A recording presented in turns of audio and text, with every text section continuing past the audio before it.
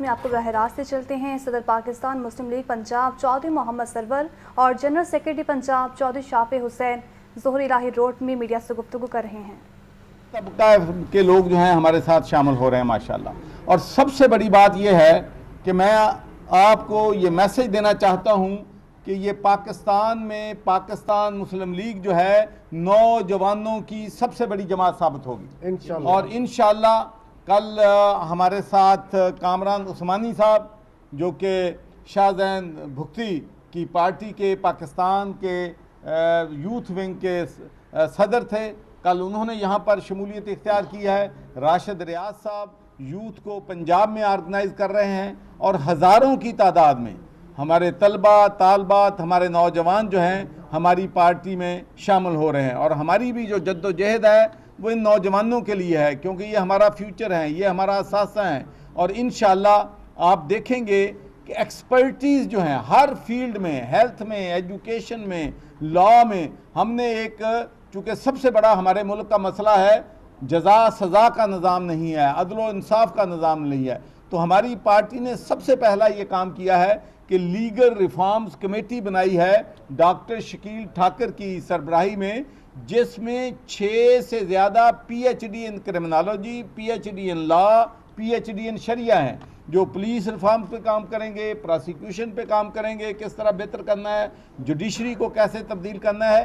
تو انشاءاللہ ہماری جماعت جو ہے ہم دن رات محنت کر رہے ہیں، اور دوسرا یہ صرف پنجاب یا اسلام آباد کی جماعت نہیں ہے، ہم پچھلے دنوں خیبر پختون میں گئے تھے، خیبر پختونخوا میں، اور ماشاءاللہ وہاں پر کے لوگوں نے بہت زیادہ ہمیں ویلکم کیا ہے، اور وہ لوگ جو ہیں تمام جماعتوں سے ہمارے ساتھ جو ہیں وہ شرکت کر رہے ہیں۔ بلوچستان میں ہماری جماعت میں بہت زیادہ لوگ جو ہیں شامل ہو رہے ہیں، تو انشاءاللہ مجھے یقین ہے کہ ہم بھرپور طریقے سے اگلا الیکشن لڑیں گے، اور انشاءاللہ وہ دن دور نہیں، چاہے چند سال لگ جائیں، ہم نے اس کو پاکستان کی one of the biggest organisation جو ہے انشاءاللہ۔ آگے بڑھے اور آپ کو بتائیں، پنجاب کے سیاسی محاذ پر تیزی، تحریک انصاف کو چھوڑنے والے ہم خیال ارکان نے نیا گروپ بنا لیا ہے۔ ڈیموکریٹس کے نام سے گروپ کا اعلان، مراد راس اور ہاشم ڈوگر کی زیر صدارت اجلاس میں نام فائنل کیا گیا۔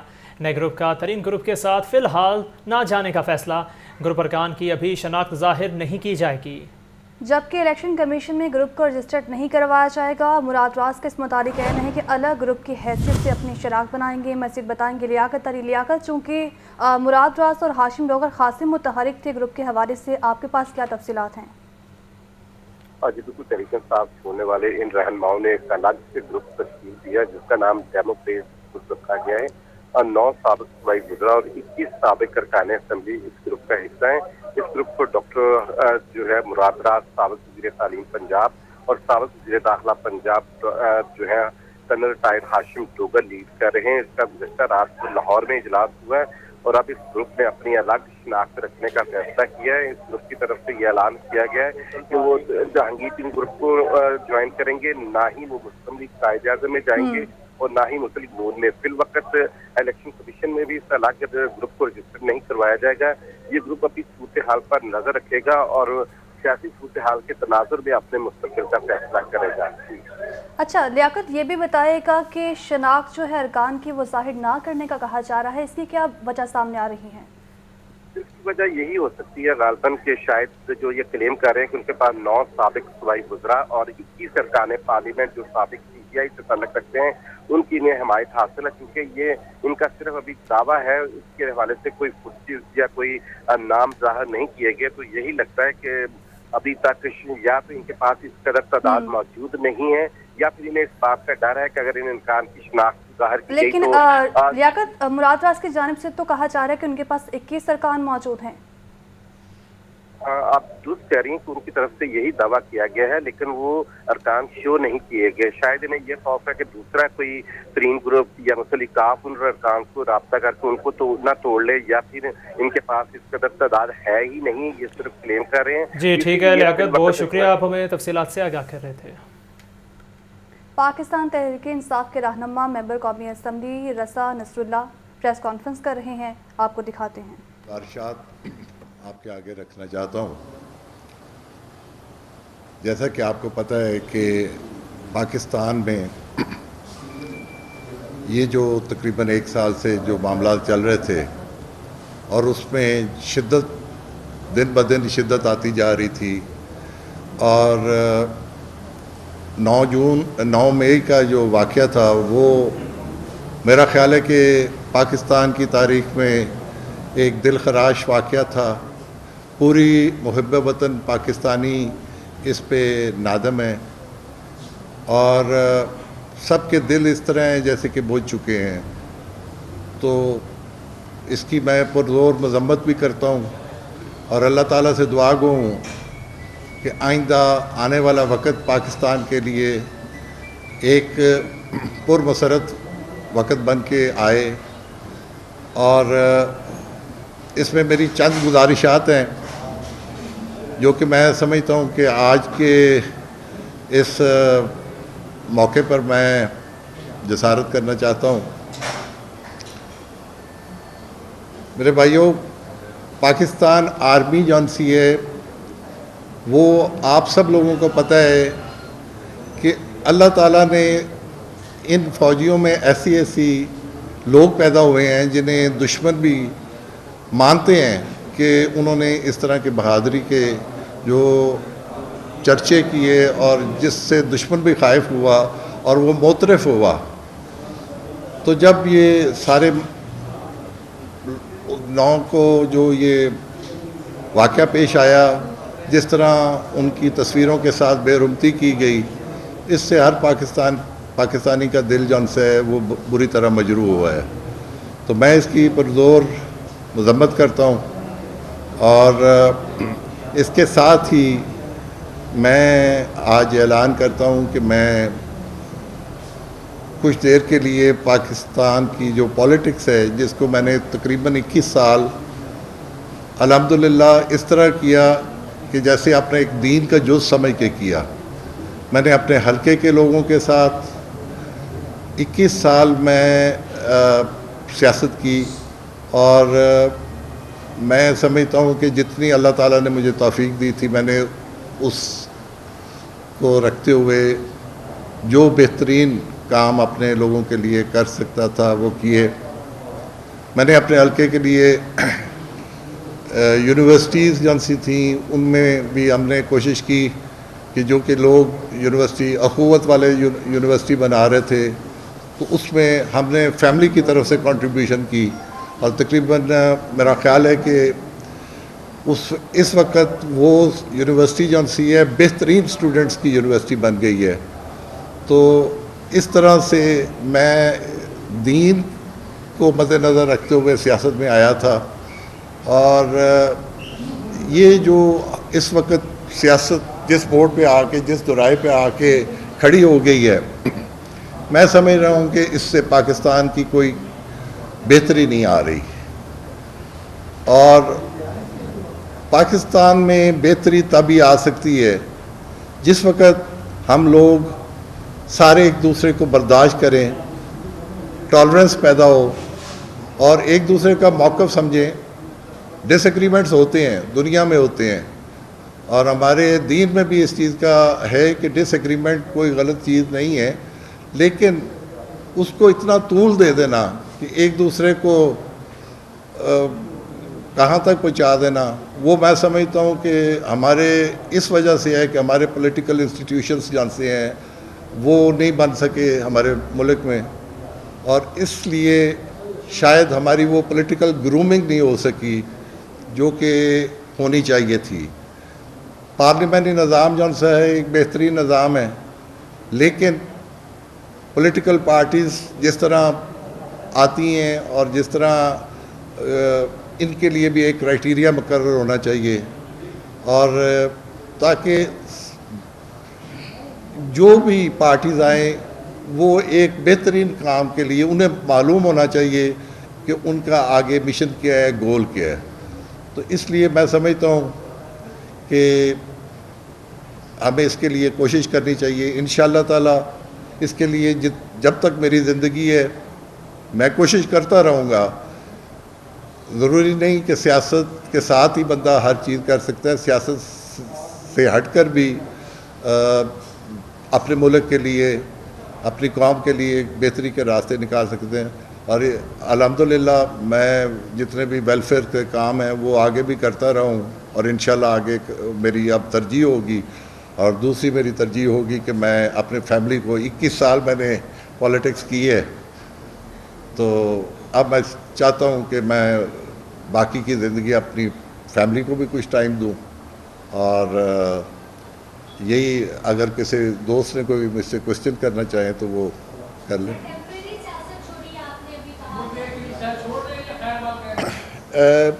جی فی الحال تو ٹیمپرری میں یہ سمجھتا ہوں جی کہ ٹیمپرری جب تک آدمی زندہ ہے, سیاست جون سی ہے ایک ایسا میں سمجھتا ہوں کہ جز ہے جو کہ پاکستان نہیں.